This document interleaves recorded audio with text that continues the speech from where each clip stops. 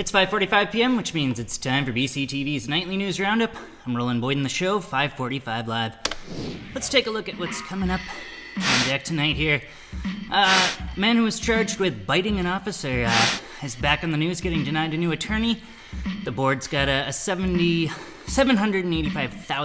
shortfall to work with on the budget, and there's progress in that retreat story we've been tracking. All that and more. The goal, as always, is to do it in 15 minutes, maybe a little bit less today. If you've got the time and the attention span, give it a shot. See what you think.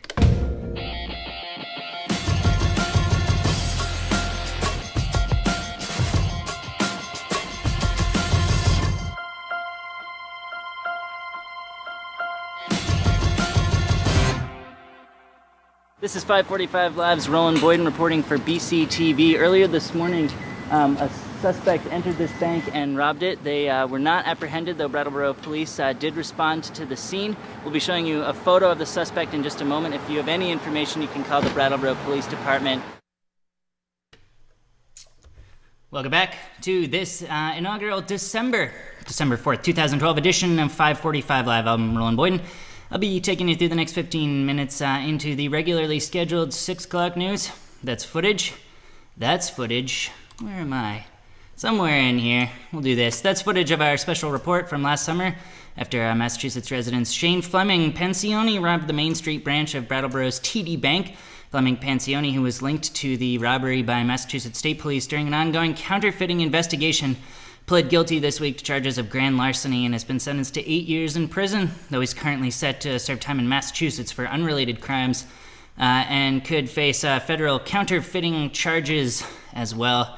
We're going to take a look at that story in just a moment, but first I want to take a look at another story here that has to do with the law here in town. But first, let's talk Project Feed the Thousands briefly. It's on everybody's mind. Hunger, the need for food to help hungry Vermonters and specifically Windham County residents has grown exponentially in the past decade. There's plenty of ways to donate. Drop boxes where you can put non-perishable items at just about every, of course, major supermarkets and small places that serve food as well. But money is the big one they're looking for. Can go a long way. Here's the project co-chair, Kelly Corbeil, talking a little bit about that. When people donate food, it's great. There's a big need for that, no question. But the money also, when someone donates money, lots of times Lucy or the food bank can get more food for that money than you could get if you just went to the grocery store and bought a couple cans. So the money just goes a long way to being able to purchase some more food. That's Project Feed the Thousands co-chair Kelly Corbeil talking a little bit about donating money to Project Feed the Thousands, which you can do at projectfeed.org. That money they can use if you were to spend $8, or rather if you were to spend $1 of your own money at the grocery store, they could take that same $1 and buy $8 worth of food through the Vermont Food Bank, where they have a series of deals with distributors. All right, we'll go back into the news stories here, and for that, let's go into the newsroom. Why do I say newsroom so impressively? Because of that animation here. We're going to talk about Bellows Falls resident Mark Foster. All right, here we go. There he is. Bellows Falls resident Mark Foster, who was this week denied his request for a new attorney after Judge David Sontag told the court that he saw no indication of mismanagement on the part of Foster's court-appointed attorney.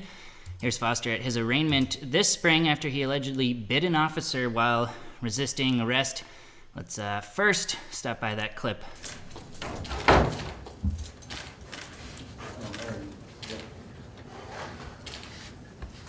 Mark Foster at his arraignment this spring, he's set to stand trial for charges including kidnapping and assaulting a police officer. All right, moving on. Select board meetings coming up in just a matter of minutes. I'll be scrambling away from this desk, booking these 3 cameras you're watching me on right now. Of course, we really only need 2. I'm alone here co-hosting, but there's a third one over here too.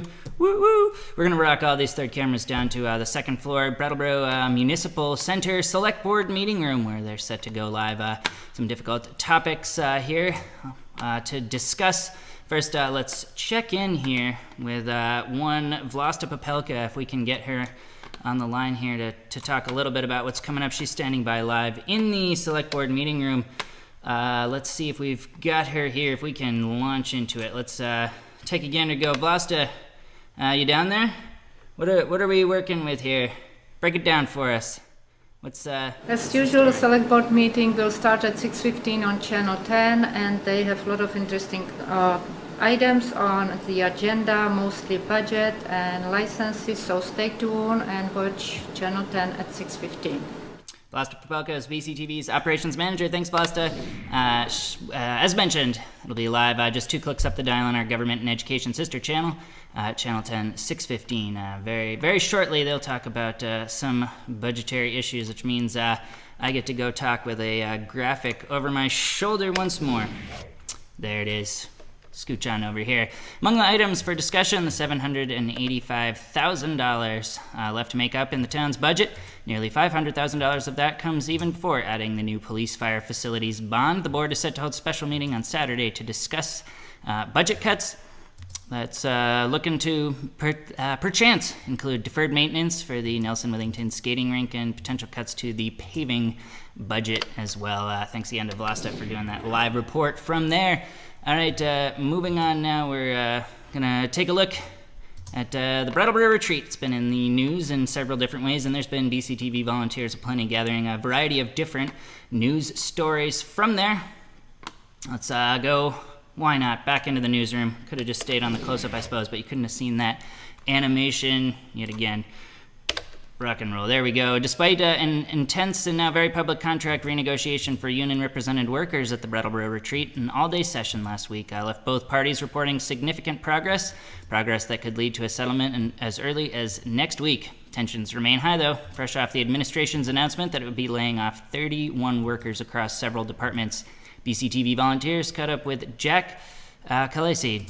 He's the Director of Collective Bargaining and Organizing for the United Nurses and Allied Professionals Local 5086. That's the union representing retreat workers. And he got on camera for a little bit at November's first informational picket this past month when they came out to talk about, among other things, the terms of this upcoming negotiation agreement. Employees here have seen 2010, 2011 boom years at the retreat. The retreat has, as a matter of fact, made millions of dollars in 2010, 2011. And instead of sharing in it, they have probably the most radical and drastic contract demands that this union has ever seen. Retreat workers are planning another informational picket this Friday, though many expect that an agreement will be reached at the next bargaining session scheduled for this Monday. All right, we'll move on and talk a little bit about one of the bills likely to be introduced in Montpelier this winter. Let's hit the close-up again here. Among the bills likely to be introduced in Montpelier this winter, the much-maligned Death with Dignity bill, which would allow physicians to write terminally ill patients a lethal prescription. This has prompted Windham County Senator Jeanette White and Windham 4 District Rep Mike Merwicki, who's a strong proponent of the bill. Jeanette plans to introduce it. They're going to host a public forum on the matter this coming month. Now, advocates of this legislation are citing the necessity to accelerate the inevitable, as they call it, in cases of extreme suffering, while opponents have likened it to euthanasia, even suicide. Now, District 4 Rep Mike Merwicki mentioned there hosts a bi-weekly program in our studio, Montpelier Connection, a program that'll travel with him to the State House come this next legislative session, where he'll beam in via Skype back here to give us updates. In the meantime, he's taken to the luxury of our downtown studio to keep the government and legislative information coming in the off-season. Death with Dignity, a big topic for him. Here's a sample of one of the guests on his show talking about it. This prognosis has to be made by a physician and confirmed by a second physician. The person has to be over 18, mentally competent, and it has to be his or her choice. The highly controversial Death with Dignity legislation found its way onto the ballot in several states this November, losing by a narrow margin in neighboring states like Massachusetts. Well, it was adopted in Washington state and will continue for a 15th year in Oregon. All right, you can find those editions of Montpelier Connection online BrattleboroTV.org, where every single one of our local programs goes up on our video on demand to watch at your leisure. Anything in our studios in both standard and high definition, if your internet likes that sort of thing, has the bandwidth to take a gander at it. We'll move on and just hit a few more stories before we head out for the weekend. Every day is a holiday in Brattleboro. That's the tagline for Building a Better Brattleboro's latest campaign in this holiday season. Really, in an era of rampant internet spending, they're looking to keep folks close to home with their dollars, getting presents for their loved ones. BCTV longtime producer and one-time staff member Frederick Noyes has been out on the scene to capture everything to do with this campaign, including them lighting up downtown. Let's take a look. Happy holidays, everybody. I hope that What we do is we track Happy holidays, everybody. I hope that you will shop local and patronize the stores first. And we're so happy to have a wonderful community. Happy holidays. Yay! It's a holiday every day in Brattleboro. Look for more of many of those delightful antics on our special on this coming Friday's edition of 545 Live. It'll be at 5:45 p.m. Write that down. 5:45 p.m. right here on BCTV Channel 8. A few more things to wrap up. Plenty of municipal coverage on BCTV tonight. That select board meeting we mentioned, which will be live with 3 cameras coming up 2 clicks up the dial on Channel 10. 6:15 p.m. in just a matter of moments, but there's a series of municipal meetings from other towns coming up, including Newfane, Townsend, and there'll be some others in there as well, including the Brattleboro Union High School board meeting where they talked about dual enrollment and the possibilities there. Let's take a look. This is Superintendent Ron Staley. what we do is we track students that are graduating, and one of the early questions about dual enrollment was, well, will the college accept the credit? And it really is the college's choice. It's their prerogative to accept the credit. Speaking of BUHS, they've got a morning news advisory program, BUHS TV, which shows weekdays, excluding Wednesdays, when they take a well-deserved break. That includes a weather program that we like to snip in here and take a look at. Today, there will be a high of 53 and a low of 45. There will be some rain showers with a 30% chance of rain. Tomorrow on Wednesday, there will be a high of 45 and a low of 23 with showers mostly in the morning with another 30% chance of rain. Back to the desk. Back to the desk. In this case, back to our desk. They'll be live here in our downtown studios tomorrow morning to take a gander at all the stuff that we do here. But you can take a gander at all the stuff that they do, and they put on quite a performance 4 days a week there. Check it out, 10:15 a.m. On Channel 10. You can take a look at all the stuff that's going on at the high school, and they do some world news coverage as well, including one of my personal favorites, This Day in History. All right, time ticking down here on 545 Live. If I had somebody else in the studio with me, I'd be getting this wrap it up signal here. So I'll just say thanks to everybody that makes 545 Live tick the way it does, including our hardworking volunteers that gather the footage for this, like content specialist Maria Dominguez. Thanks to Vlasta Popelka, who graciously agreed to be on camera, which is no small feat to convince her to do that. Do that select board report. Be sure to stick with us. Just take that remote, click twice, and you'll be up on Channel 10 where you can watch that select board meeting. In the meantime, I'm Roland Boyden saying, night, everybody.